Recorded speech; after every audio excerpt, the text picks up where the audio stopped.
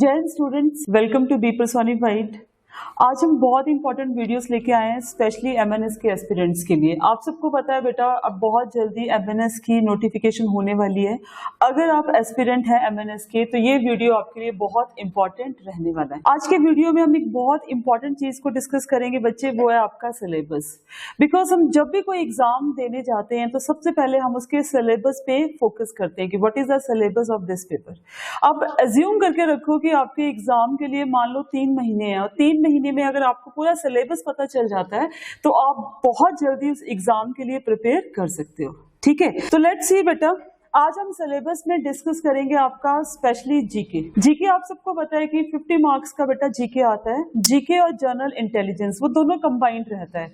लेकिन अगर आप प्रीवियस ईयर के एग्जाम्स को देखें, पेपर्स को देखें, उसको एनालाइज करें तो आप क्या एनालाइज करोगे कि 45 मार्क्स का तो आपका जीके आता है, नियर अबाउट 5 मार्क्स का आपका जनरल इंटेलिजेंस, जिसको लॉजिकल रीजनिंग, इस तरह के क्वेश्चन जो है ना बच्चे आपके कवर होते हैं। तो आज हम डिटेल में स्टडी करेंगे कि आपके जीके में वो कौन कौन से टॉपिक्स हैं। अगर आप उनको कवर करते हैं तो बहुत इजीली आप 50 आउट ऑफ 50 मार्क्स जीके में सिक्योर कर सकते हो। ठीक है, तो सबसे पहले बेटा एक चीज माइंड में रखनी है कि जीके जो है वो 2 पार्ट्स में डिवाइड रहता है। एक आपका स्टैटिक जीके है और दूसरा आपका करंट अफेयर्स है। ठीक है, अगर हम बेटा लास्ट ईयर के पेपर को देखें तो उसमें भी हम ये देखेंगे कि करंट अफेयर्स के बहुत ज्यादा क्वेश्चंस कवर नहीं हो रखे थे। उसके लास्ट ईयर को भी देखेंगे तो भी नियर अबाउट 10 क्वेश्चन जो थे वो करंट अफेयर्स के थे। बट अगर हम उसके भी लास्ट ईयर के पेपर को देखेंगे तो नो डाउट करंट अफेयर्स के कुछ क्वेश्चंस उसमें से आ रखे हुए थे। इसका मतलब ये क्या है कि दोनों ही पार्ट आपके लिए इंपॉर्टेंट है। स्टैटिक जीके भी इंपॉर्टेंट है और करंट अफेयर्स भी इंपॉर्टेंट है।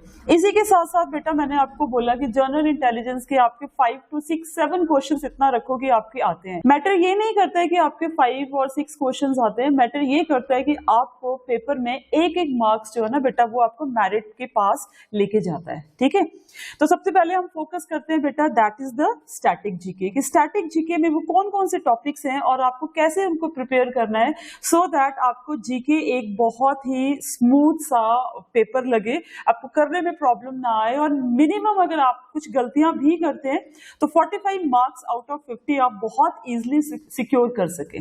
ठीक है, तो सबसे पहले बेटा स्टैटिक जीके के टॉपिक जो सबसे ज्यादा पोर्शन कवर करता है आपका जीके के पेपर में, उसको देखते हैं। सबसे पहले आपका सबसे इंपॉर्टेंट रहता है आपकी कंट्री कैपिटल्स और उनकी करेंसीज। ठीक है, तो आप बोलोगे मैम इतनी सारी कंट्रीज हैं, उनकी कैपिटल करेंसी। जब भी बेटा आप ये कैपिटल्स, कंट्रीज की और ये करेंसी सब कुछ याद प्रिपेयर करोगे या इसको मेमोराइज करोगे तो आपने करना क्या है, स्टार्ट आप करो अपनी कंट्री की जितनी भी नेबरिंग नेशंस है ना। तो नेबरिंग नेशंस में जितने भी आपके वहां पे उनकी कैपिटल्स हैं, उनकी जो करेंसीज हैं उनको देखो। उसके बाद आप शिफ्ट कर जाओ ऑर्गेनाइजेशंस पे, जैसे फॉर एग्जांपल G8 है, G20 है या ब्रिक्स है। इस तरह की ऑर्गेनाइजेशंस में जो कंट्रीज आती हैं, दीज आर मोस्ट इंपॉर्टेंट। उनकी कैपिटल्स को, उनकी करेंसीज को आप याद कर लो। आपको सभी को याद करने की जरूरत नहीं है। जिन कंट्रीज के साथ इंडिया के अच्छे रिलेशंस हैं उनके भी कैपिटल और करेंसीज को आप याद कर लो बेटा, उसमें से आपको कोई ना कोई क्वेश्चन जो है वो जरूर कवर होगा। ठीक है, उसके बाद नेक्स्ट क्वेश्चन आता है बेटा आपका नेक्स्ट टॉपिक जिसको बोलते हैं that is on the reverse. Reverse में आप क्या क्या चीजें करोगे, रिवर्स जितनी भी आपकी हिमालयन रिवर्स हैं, पेनिनसुलर रिवर्स हैं, वो कहाँ से इमर्ज होती हैं, कहाँ पे सबमर्ज होती हैं, उनकी ट्रिब्यूटरीज कौन सी हैं। ठीक है, और उनको किस नेम से एक्चुअली में लोकली बोला जाता है और जो भी इससे रिलेटेड इंफॉर्मेशन है। साथ में बेटा आप जब रिवर्स करोगे साथ में आप डैम्स भी करोगे कि कौन सी रिवर के ऊपर कौन सा डैम जो है वो बिल्ट है, बिकॉज डैम्स भी एक इंपॉर्टेंट पार्ट आपके पेपर का कवर करता है। ठीक है, और डैम्स के साथ साथ में जब आप करोगे ना बेटा तो रिवर्स के साइड में जो सिटीज एस्टैब्लिश हुई हैं उनको भी आप साथ, तो रिवर्स का टॉपिक आपने अकेला नहीं करना है, रिवर्स को करो, उसके सोर्सेज को करो, साथ में आप क्या करोगे बेटा कि उनके ऊपर डैम्स कौन से हैं और साथ में ही उनके अराउंड जो है वो कौन से सिटीज एस्टैब्लिश है। इसके बाद आपका नेक्स्ट टॉपिक जो आ जाता है दैट इज पोर्ट। पोर्ट बेटा आप 2 तरह से करोगे, one is your sea port, another is your airport. ठीक है, जब आप सी पोर्ट करोगे ना बेटा तो सी पोर्ट को भी आप 2 हिस्सों में बांटोगे। ठीक है, एक तो आपका सी पोर्ट जो इंटरनेशनल आपके मतलब कोस्ट लाइन के साथ लगते हैं और वहां से आप इंपोर्ट एंड एक्सपोर्ट आपका होता है। सेकंड आपका इनलैंड ड्रेनेज सिस्टम भी है, inland sorry not inland drainage system but inland जो आपका वाटर वेज है उनको भी आप करोगे। ठीक है, तो वो वाटर वेज जो इनलैंड वाटर वेज है कि कौन सा नेशनल वाटरवे नंबर 1 है, कौन सा नेशनल वाटरवे नंबर 2 है, वो भी आपके लिए इंपॉर्टेंट है। तो पोर्ट्स जब आपने करना है तो सी पोर्ट्स करने, सी पोर्ट के साथ आपने इनलैंड वाटरवेज भी करने हैं, ठीक है। उसके बाद नेक्स्ट आ जाता है आपके एयरपोर्ट्स। एयरपोर्ट्स में आपने इंटरनेशनल जितने भी पोर्ट्स हैं वो तो एयरपोर्ट्स है वो तो आप करोगे बेटा, ठीक है। और इंटरनेशनल एयरपोर्ट के साथ में आपके कुछ डोमेस्टिक एयरपोर्ट्स भी हैं बच्चे, जो आपको एग्जाम्स में आते हैं, क्योंकि वो बहुत कंफ्यूजिंग से होते हैं, उनके नाम ऐसे होते हैं कि बच्चा जनरलाइज नहीं कर सकता कि ये जो आपका इंटरनल एयरपोर्ट है ये कहाँ पे सिचुएटेड है। तो वो भी बेटा आपके लिए एक इंपॉर्टेंट टॉपिक इसमें रहता है, ठीक है। इसके साथ में आपने क्या प्रिपेयर करना है बेटा, उसके बाद माउंटेन्स। माउंटेन्स का टॉपिक बहुत ही इंपॉर्टेंट है। जब आप माउंटेन्स प्रिपेयर करोगे बच्चे, तो माउंटेन्स के साथ साथ में आपने ये भी प्रिपेयर करना है कि वो माउंटेन्स हिमालयन माउंटेन्स है, पेनिनसुलर माउंटेन्स है, नॉर्थ ईस्ट में सिचुएटेड है या वेस्टर्न साइड में सिचुएटेड है। साथ में आपको माउंटेन्स के साथ में करने उनके हाईएस्ट पीक्स, कोई अगर माउंटेन रेंज है तो उनमें पीक्स हाईएस्ट कौन से हैं। साथ में बेटा आप जब माउंटेन्स करोगे तो आप पासेस वाला टॉपिक नहीं भूलोगे, because passes itself is a very important topic in the mountains, ठीक है। तो ये कुछ आपके बच्चे टॉपिक हो गए। उसके बाद आप करोगे हेरिटेज साइट। हेरिटेज साइट्स का भी दो तरह से डिवाइड करना आपने, एक आपकी इंटेंजिबल यूनेस्को साइट्स आती है, ठीक है, और एक आपकी हेरिटेज साइट्स आती है। तो इंटेंजिबल जो आपकी 14 साइट्स हैं आपने वो भी करनी है। वो कौन कौन सी है, बिकॉज इस बार आपको पता है दुर्गा पूजा उसमें इंक्लूड हुई है, तो ये आपके लिए एक इंपॉर्टेंट टॉपिक हो सकता है। साथ में बेटा जब आप हेरिटेज साइट्स करोगे तो आप ये देखोगे उसमें आपने स्पेसिफिकली क्या चीज करनी है, ठीक है। तो आपने देखना है कि ये अगर कोई हेरिटेज साइट आप कर रहे हो तो वो कौन से स्टेट में लोकेटेड है। If it is related with the history, तो कौन से किंग ने इसमें रोल प्ले किया था उसको बनाने का, कोई रॉक से बना है, कोई टेम्पल है, इस तरह से कोई भी चीजें जो, या फिर कोई जो है वो किसी का आप टॉम समझ सकते हो। तो आपको हर एक चीज को कवर करना है जब आप हेरिटेज साइट्स को करोगे। हेरिटेज साइट एक ऐसा टॉपिक है बेटा जो आपका शायद फेमस प्लेसेस और इसके साथ साथ में कुछ डायनेस्टिकल चीजों को भी कवर करता है। तो ये आपका बहुत इंपॉर्टेंट टॉपिक है जब आप हेरिटेज साइट वाला टॉपिक करोगे।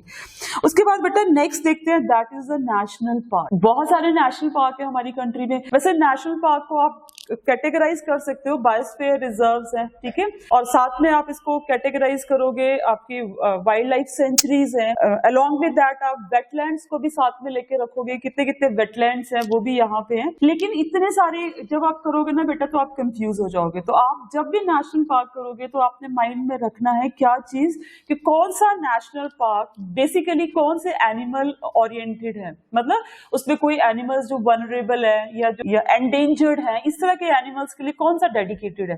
उन नेशनल पार्क्स को, उन एनिमल स्पेशली वो कौन से एनिमल्स कौन से नेशनल पार्क में ना बेटा, तो वो आपने जरूर करना है। दैट इज वेरी इंपॉर्टेंट, वो बहुत ज्यादा इंपॉर्टेंट है।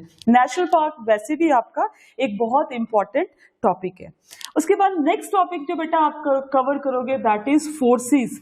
फोर्सेस में आप क्या कवर करोगे, आपको पता है आपकी जितने भी आर्म फोर्सेस हैं, नेवी है, आपकी आर्मी है, एयर फोर्स है, उसमें रैंक्स आते हैं, कमीशंस आते हैं, ठीक है। इनके साथ साथ में इनके जो ऑपरेशंस इन्होंने करे थे, जैसे कारगिल में किया या जहां पे भी गोवा को फ्री करने के लिए किया, या इनकी मिलिट्री एक्सरसाइजेस आती हैं जो ये ओपनली दूसरी कंट्रीज के साथ या विद इन अपनी फोर्सेस के साथ करते हैं।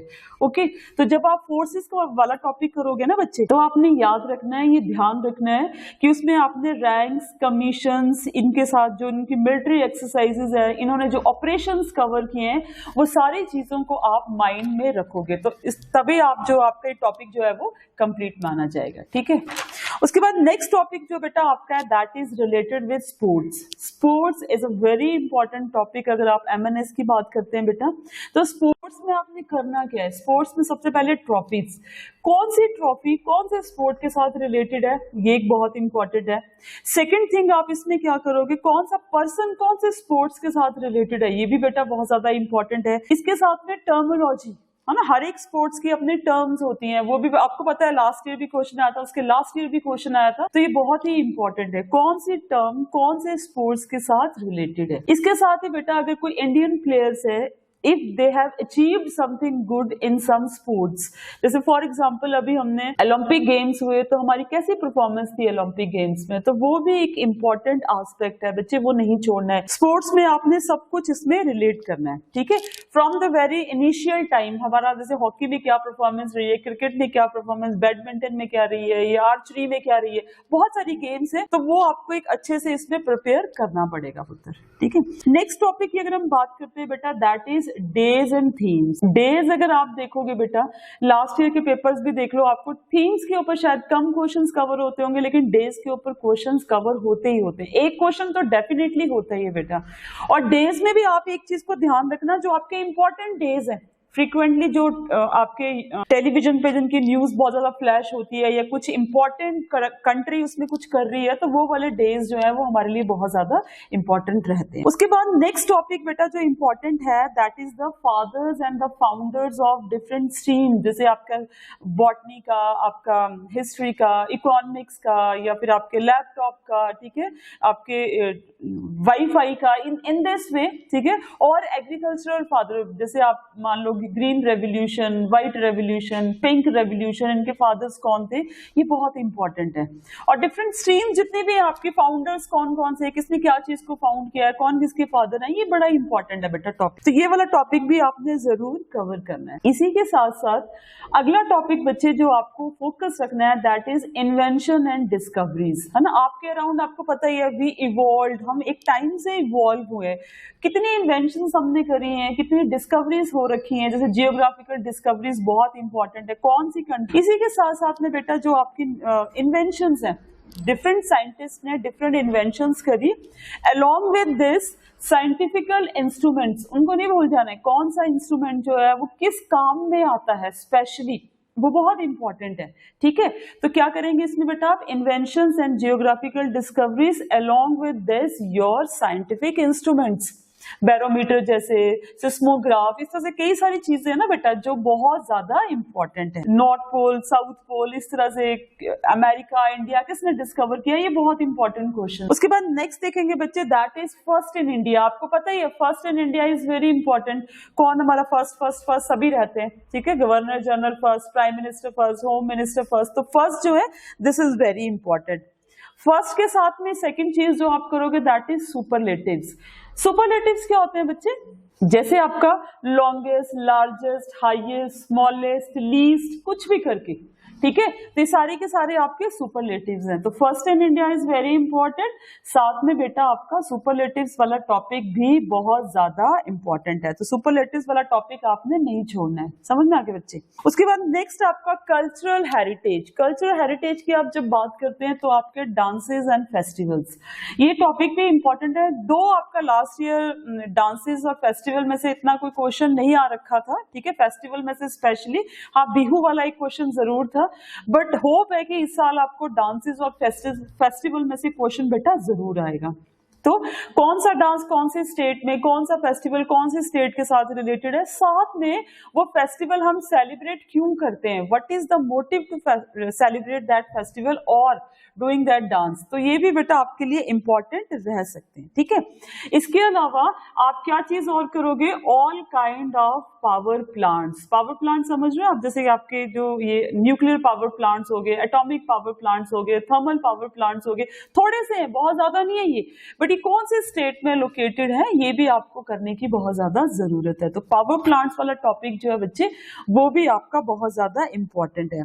उसके अलावा मेन इंडस्ट्रीज, और इंडस्ट्रीज में आयरन एंड स्टील इंडस्ट्री, ठीक है, बहुत इंपॉर्टेंट है, कॉपर इंडस्ट्री, इस तरह की specially iron and steel industries, और उनको सेटअप करने में कौन सी कंट्री ने हमारी हेल्प करी थी, ये एक इंपॉर्टेंट है। जब आप इंडस्ट्रीज करोगे बेटा तो साथ में आपने क्या करना है, you have to do about the minerals.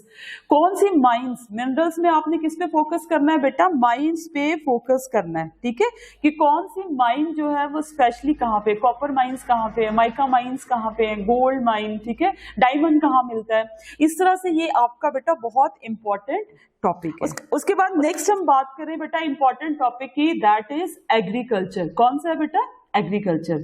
Agriculture में आपने क्या चीज पे फोकस करना है पुत्र, एग्रीकल्चर में स्पेशली आपका जो क्रॉपिंग पैटर्न है, जो सीजन आते हैं आपके, डिफरेंट क्रॉपिंग सीजन है, वो कौन कौन से क्रॉपिंग सीजन है उस पर आप फोकस करोगे।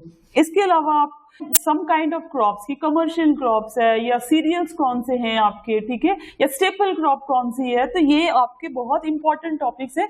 अगर आप लास्ट ईयर का पेपर देखोगे बेटा तो इसमें से आपको डेफिनेटली क्वेश्चंस आ रखे हुए हैं एग्रीकल्चर में से, तो एग्रीकल्चर को इग्नोर नहीं करना है, ये आपका बहुत ही इंपॉर्टेंट टॉपिक है। एग्रीकल्चर के बाद हम नेक्स्ट टॉपिक की बात करते हैं बेटा, that is books and authors. जब भी हम बुक्स एंड ऑथर्स की बात करते हैं ना बच्चे, तो इसको हम डिवाइड करते हैं कितने पार्ट्स में, 4 पार्ट्स में डिवाइड करेंगे। सबसे पहले एंशिएंट टाइम में जो बुक्स लिखी गई थी, ठीक है, मतलब जो मौर्यन डायनेस्टी थी, हर्षवर्धना था या जितने भी चोलास थे, चालुक्यास थे, उनके टाइम में जो भी एक लिटरेचर का वर्क हुआ है, लिटरेरी वर्क हुआ है, वो आपका इंपॉर्टेंट है, कौन उसके ऑथर थे। इसके बाद आपका आता है आपका मेडिवल टाइम। मेडिवल टाइम में जब दिल्ली सल्तनत थी और मुगल पीरियड था, तो दिल्ली सल्तनत के टाइम में कौन से पोएट्स, कोर्ट पोएट्स थे, उन्होंने कौन सी उनकी जो क्रिएशंस थी, और फिर मुगल टाइम में कौन से पोएट्स थे, कौन से राइटर्स थे, उन्होंने जैसे बाबर नामा, हुमायूं नामा, इस तरह से बहुत सारी बुक्स है बेटा, इनके ऊपर आपको क्वेश्चन आते हैं। उसके बाद नेक्स्ट आपको बुक्स एंड ऑथर्स में आ जाएगा मॉडर्न पीरियड। मॉडर्न पीरियड में आप फोकस करोगे आप किस चीज के ऊपर, the books which are written during the freedom struggle. आपको पता है आप कितने सारे फ्रीडम फाइटर्स हैं, उन्होंने अपने अपने एक्सपीरियंसेस को लिखा हुआ है, तो वो सारे एक्सपीरियंसेस जो है ना बेटा, वो किसी ना किसी एक बुक में कंपाइल्ड है, वो आपके लिए बहुत ज्यादा इंपॉर्टेंट है। उसके बाद इवन वी गॉट इंडिपेंडेंस, उसके बाद भी बड़ी सारी इंपॉर्टेंट बुक्स लिखी गई थी, वो भी जैसे आपके एपीजे अब्दुल कलाम ने लिखी, कपिल देव ने लिखी, इस तरह से बहुत सारी बुक्स है, वो भी इंपॉर्टेंट है। और 4th पार्ट में आपकी आती करंट में। करंट में जैसे हम जब क्लास में करते हैं बेटा करंट अफेयर, तो हम डिस्कस करते हैं ना ये बुक किसने लिखी है, अभी रिसेंटली किसने लिखी है, वो भी आपके लिए बहुत इंपॉर्टेंट है। जब आप बुक्स एंड ऑथर्स प्रिपेयर करोगे 4 पार्ट में करेंगे, समझ में आ गया, एंशिएंट में, मेडिवल में, मॉडर्न में और करंट में। बहुत ज्यादा करने की जरूरत नहीं है, उसमें भी आपको क्या चीज पे फोकस करना है बेटा, जो इंपॉर्टेंट वाला पार्ट है उस पे आप फोकस करोगे, ठीक है। उसके बाद नेक्स्ट आपने करना है बच्चे इंटरनेशनल बॉर्डर्स। इंटरनेशनल बॉर्डर्स आपको पता है ये वैसे ही इंपॉर्टेंट है। एक बॉर्डर तो आप ज्योग्राफी में रीड कर लेते हो, जो आपकी कंट्री के अराउंड जितनी भी, जैसे आपके जो है पाकिस्तान के साथ लगता है, या फिर जो आपके बांग्लादेश के साथ लगेगा, नेपाल के साथ, या फिर आपके जो भी कंट्रीज है, म्यांमार के साथ। लेकिन इसके अलावा इंटरनेशनल बॉर्डर्स भी आपके, कि नॉर्थ एंड साउथ कोरिया को क्या डिवाइड करता है, ठीक है ना, फ्रांस और जर्मनी के बीच में, ठीक है, रशिया और पोलैंड के बीच में, अमेरिका और कनाडा के बीच में। तो in this way these are very important topic. ये भी आप छोटा सा टॉपिक है लेकिन बहुत ज्यादा इंपॉर्टेंट टॉपिक है। उसके बाद बेटा आपने जर्नल इकोनॉमिक्स पे भी फोकस रखना है, ठीक है। जर्नल इकोनॉमिक्स में क्या चीज पे ध्यान रखना है बेटा, सबसे पहले जब आप जर्नल इकोनॉमिक्स पढ़ोगे ना, तो आपको बड़ा डेप्थ में नहीं पढ़ना है। जर्नल इकोनॉमिक्स के टाइम में आप ध्यान रखोगे सेक्टर्स ऑफ इंडियन इकोनॉमी, जैसे आपका प्राइमरी, सेकेंडरी, टर्शियरी सेक्टर होते क्या, आपको नॉलेज होना चाहिए, ठीक है। इसके अलावा आपको पता होना चाहिए जैसे कि कंज्यूमर से रिलेटेड कुछ चीजें हैं इंपॉर्टेंट, जैसे राइट्स हैं, एक्ट्स हैं, कंज्यूमर से रिलेटेड आके रखे हुए हैं।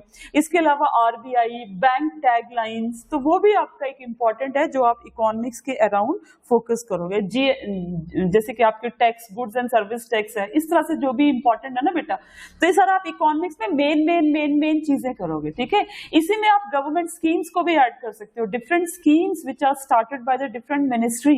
ये भी आपका बड़ा इंपॉर्टेंट टॉपिक है, कौन सी स्कीम कौन सी मिनिस्ट्री ने शुरू करी है, उसके पीछे मोटिव क्या है, तो वो भी आप लोगों ने बच्चे करना है। इसके अलावा आपका टॉपिक आता है इसमें बच्चे सिटीज, है ना। सिटीज जैसे मैंने आपको पीछे बताया, रिवर साइड में जो सिटीज है, but nick names of the cities, जैसे which city is known as a millennium city, Scotland of India और मैनचेस्टर ऑफ इंडिया, इस तरह से बहुत सारे हैं, ठीक है। तो ये सारी सिटीज को भी आपको करना है, ये बहुत इंपॉर्टेंट टॉपिक रहने वाला है। उसके बाद नेक्स्ट टॉपिक जो बच्चे आप इसमें कवर करोगे, that is space mission. Space mission में क्या करेंगे बेटा आप, इंडिया एंड वर्ल्ड, 2 पार्ट में इसको डिवाइड करेंगे। इंडिया के जो इंपॉर्टेंट स्पेस मिशन है, और वो किसके लिए, मून पे गया है, वेदर के लिए गया है, या डीआरडीओ की तरफ से है, कुछ जर्नल से है बेटा जो बड़े इंपॉर्टेंट है, वो आपको करने हैं। और वर्ल्ड के, रशिया के, अमेरिका के, ये या चाइना कुछ कर रहा है, तो यही है कुछ हमारे लिए इंपॉर्टेंट जो आपने स्पेस मिशन में करना है, बहुत डेप्थ में इसको नहीं करना है। उसके बाद बेटा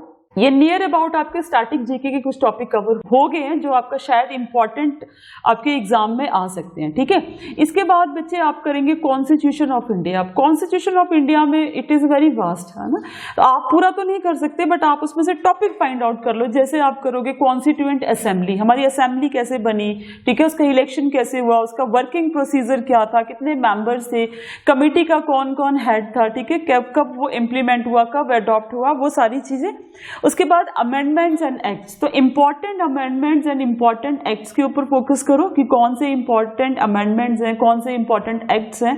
इसके अलावा सोर्सेज ऑफ इंडियन कॉन्स्टिट्यूशन, हमने अपना कॉन्स्टिट्यूशन जो है उसके सोर्सेज कहाँ कहाँ से ले रखे हैं बेटा, ये भी आपका एक बहुत इंपॉर्टेंट टॉपिक है। इसके अलावा powers of prime minister, president, ठीक है, फिर आपकी लोकल सेल्फ गवर्नमेंट, पंचायती राज, ये सब कुछ भी आपके छोटे छोटे से हैं जो आप के 6, 7, 8, 9, 10 एनसीईआरटी बुक्स में आपने पढ़े हैं। उतने ही लेवल के आपने अपने एमएनएस के लिए प्रिपेयर करने, बहुत बड़े लेवल पे नहीं जाना है, ठीक है। इसके अलावा कुछ कमीशंस भी कर, जैसे आपका इलेक्शन कमीशन है, इलेक्शन कमीशन के ऊपर बड़े इंपॉर्टेंट टॉपिक आते हैं, ठीक है। तो ये चीजें आपको करने जरूरी है। साथ में विधानसभा, पार्लियामेंट, इनकी कंपोजिशन क्या है बेटा, ये भी जरूर करना है ना। ये सारे आपके बड़े इंपॉर्टेंट टॉपिक है। उसके बाद हम चलते हैं हिस्ट्री पे। हिस्ट्री में से आपने देखा होगा बेटा आपको बड़े टिपिकल क्वेश्चन नहीं आते, बड़े जर्नल से क्वेश्चन आते हैं। हिस्ट्री की हम बात करें, हम फिर हिस्ट्री को डिवाइड कर देंगे आपकी एंशिएंट, मेडिवल एंड मॉडर्न। तो एंशिएंट हिस्ट्री में आप क्या करोगे, इंडस वैली सिविलाइजेशन, वैदिक एज और इंपॉर्टेंट डायनेस्टीज, जैसे आपने गुप्ता डायनेस्टी कर ली, मौर्य डायनेस्टी कर ली, हर्षवर्धना कर लिया, इतना ही आप लोग करेंगे, ठीक है। मेडिवल में आप लोग क्या करेंगे बेटा, मेडिवल में आप दिल्ली सल्तनत और मुगल पीरियड, इसके साथ में आप थोड़ा जो है मराठास को, थोड़ा राजपूत पावर्स को भी थोड़ा पढ़ेंगे बिकॉज उसमें से भी क्वेश्चंस आ जाते हैं। फिर आपका मॉडर्न पीरियड आता है। मॉडर्न पीरियड तो आपको पता ही है, फ्रीडम स्ट्रगल के साथ रिलेटेड है पूरा का पूरा, ठीक है। तो जितनी भी आपकी फ्रीडम स्ट्रगल में जितना भी रोल प्ले किया है हमारे फ्रीडम फाइटर्स ने, क्या उसके फेजेस रहे, गवर्नर जनरल, वॉइस राइज, क्या सिस्टम था उसका, कैसे हमें फ्रीडम मिली, तो ये बेटा आपका इंपॉर्टेंट है, ठीक है। कितने रेवोल्यूशंस और कितने मूवमेंट्स जो थे वो महात्मा गांधी ने शुरू किए, ये आपके इंपॉर्टेंट एस्पेक्ट हिस्ट्री में रह सकते हैं। इसके बाद आपका लास्ट टॉपिक बेटा कवर होता है, that is the world geography. World geography आपका बड़ा इंपॉर्टेंट टॉपिक है, ठीक है। इसमें आप क्या चीज करेंगे बेटा, जैसे आपके लैटिट्यूड्स, लॉन्गिट्यूड्स, आपके volcanoes, earthquakes, important gulf, straits, rivers, waterfalls, साथ में सोलर सिस्टम, इनमें से हर साल क्वेश्चंस आते ही आते हैं बेटा, ठीक है। तो ये आपके वर्ल्ड ज्योग्राफी में कुछ इंपॉर्टेंट रह सकते हैं। इसी के साथ में first in world and superlative in world, यही आपका इंपॉर्टेंट है। तो इतने पे अगर आप फोकस करेंगे बच्चे तो आपका टॉपिक बहुत ईजिली कवर हो सकते हैं पूरे स्टैटिक जीके के। तो जितना मैंने बेटा आपको आज बताया, अगर आप उतनी चीजों को अच्छे से करते हैं तो आई कैन एश्योर यू कि आप स्टैटिक जीके में सिंपली अगर आप मान लो कि आपको 35 मार्क्स का भी स्टैटिक जीके आ रहा है तो आप बहुत इजीली 35 मार्क्स इसमें ले सकते हैं, ठीक है। इसके बाद आपका करंट अफेयर्स बेटा हमेशा माइंड में रखना है। करंट अफेयर्स में आपके सेक्शंस होते हैं, जैसे करंट अफेयर्स में अभी मैंने बोला आपके बुक्स एंड ऑथर्स है, along with this important personalities आपकी आती हैं, कौन सी पर्सनैलिटी किस ऑर्गेनाइजेशन का जो था वो इंपॉर्टेंट हेड बना, किस कंट्री का प्राइम मिनिस्टर या प्रेसिडेंट बना, इस तरह से करके आपको आता है, ठीक है। इसके अलावा करंट अफेयर्स में आपको इंपॉर्टेंट आती है हैपनिंग, कोई स्कीम गवर्नमेंट ने शुरू की है, ठीक है, या कोई ऐसे वर्ल्ड में कुछ नई चीज हो गया बेटा, वो भी करंट अफेयर्स में आपको रहने वाला है। स्पोर्ट्स से रिलेटेड कुछ हो सकता है, किसी की डेथ हुई है तो वो भी आपका इंपॉर्टेंट करंट अफेयर्स में होता है। आर्मी ने कुछ किया, एयरफोर्स ने कुछ किया, या आपके प्राइम मिनिस्टर की कोई विदेश यात्रा है, उससे रिलेटेड आपको क्वेश्चन जो है बेटा वो करंट अफेयर्स में आ सकते हैं, ओके। आप करंट अफेयर्स जब भी करेंगे आप नेशनल पे ज्यादा फोकस करेंगे as compare to the international बड़ा जर्नल सा, ठीक है, बट नेशनल पे ज्यादा है बिकॉज हम डे टू डे हमारी जितनी ऑर्गेनाइजेशन है उनके हेड्स चेंज होते रहते हैं, कुछ हम स्टेप्स लेते रहते हैं, ठीक है, कभी कोई नेशनल पार्क नया बन रहा है, कुछ ऐसा हो रहा है, तो ये आपके बड़े इंपॉर्टेंट टॉपिक्स हैं। करंट अफेयर्स में वैसे अगर देखा जाए तो लास्ट 3 मंथ्स के आपको ज्यादा करने चाहिए, लेकिन आपको जब पेपर प्रिपेयर करना है बेटा तो आप लास्ट 6 मंथ के करंट अफेयर्स को कवर कर लें तो बेटर है, ठीक है। उसमें आपने देखो ना 1 मंथ के करंट अफेयर्स कितने ज्यादा हो जाते हैं, तो आपको खुद स्पेसिफाई करना है कि मेरे लिए ये चीजें इंपॉर्टेंट है। एज आई टोल्ड यू, आप बुक्स ऑथर्स निकाल लो, उसमें से आप इंपॉर्टेंट पर्सनालिटीज निकाल लो, इंपॉर्टेंट अचीवमेंट्स निकाल लो उसमें से, ठीक है, या फिर कोई जो पर्सन है उसको कोई अवार्ड मिला है, अवार्ड्स है, ऑनर कॉर्नर्स हैं उनको निकाल लो, इस तरह से चीजें निकाल लो और इस तरह से अगर आप करेंगे बेटा आपका करंट अफेयर्स बहुत इजीली कवर हो जाएगा। ठीक है, लास्ट बचता है आपका जनरल इंटेलिजेंस। जनरल इंटेलिजेंस के आपको 5 क्वेश्चंस आते हैं और एक 6th क्लास का बच्चा भी बेटा वो क्वेश्चन बड़े इजीली सॉल्व कर सकता है। जनरल इंटेलिजेंस में रीजनिंग में आपको क्वेश्चंस कैसे आते हैं, अल्फाबेटिकली बेस होते हैं या फिर ब्लड रिलेशंस पे होते हैं, मिसिंग नंबर्स पे, कोडिंग डिकोडिंग, इस तरह के क्वेश्चंस होते हैं। अगर आप डेली 20 क्वेश्चन अपने आप से प्रैक्टिस करते हैं, सिंपल, ठीक है, आपको कहीं से कुछ करने की जरूरत नहीं है, आप ये 20 क्वेश्चन प्रैक्टिस करो, आप बहुत इजीली जनरल इंटेलिजेंस के क्वेश्चन पेपर में कर लेंगे। इन दिस वे अगर आप ये सिलेबस जो मैंने आपको बताया बेटा इस पे फोकस करेंगे तो आप लोगों के लिए 50 आउट ऑफ 50 मार्क्स लेना बिल्कुल भी टफ नहीं है। सो आई होप कि आपके डाउट्स सिलेबस से रिलेटेड थोड़े क्लियर हो रखे होंगे। अगर आपको प्रॉब्लम है तो आप बेटा नीचे चैट बॉक्स में मैसेज कर सकते हो, ठीक है, और अगर आपको जीके पढ़ना है, मेरे से पढ़ना है, तो आप बी पर्सोनिफाइड ज्वाइन कर सकते हो। विद दिस, जय Hind and God bless you all of you. Hope 2022 का जो एग्जाम होगा उसमें आप सबको सक्सेस मिले। Thank you very much.